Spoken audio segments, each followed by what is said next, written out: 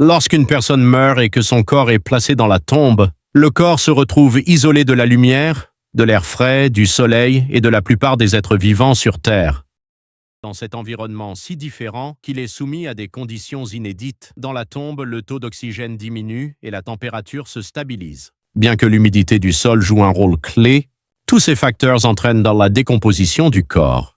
Le processus de décomposition commence à un rythme différent. Durant les premiers jours, le corps paraît stable de l'extérieur. Les cellules qui vivaient auparavant grâce à l'oxygène et à l'énergie n'étaient plus capables de se maintenir en vie.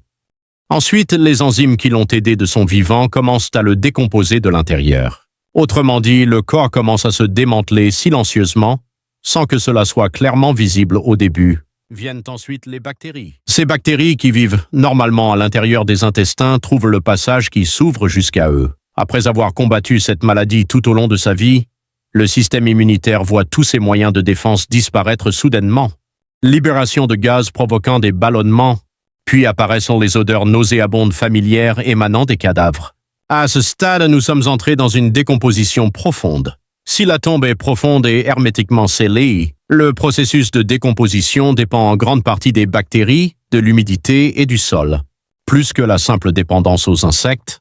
Mais si le sol est facilement pénétrable, les mouches peuvent atteindre le cadavre et y déposer leurs œufs. Peu de temps après, les larves éclosent des œufs. Ce sont ce que l'on appelle communément des vers. Ces larves commencent par les endroits humides et mous comme les yeux, le nez et la bouche, puis continuent progressivement à dévorer le reste des tissus. Avec le temps, le corps commence à perdre de la masse petit à petit, couche par couche.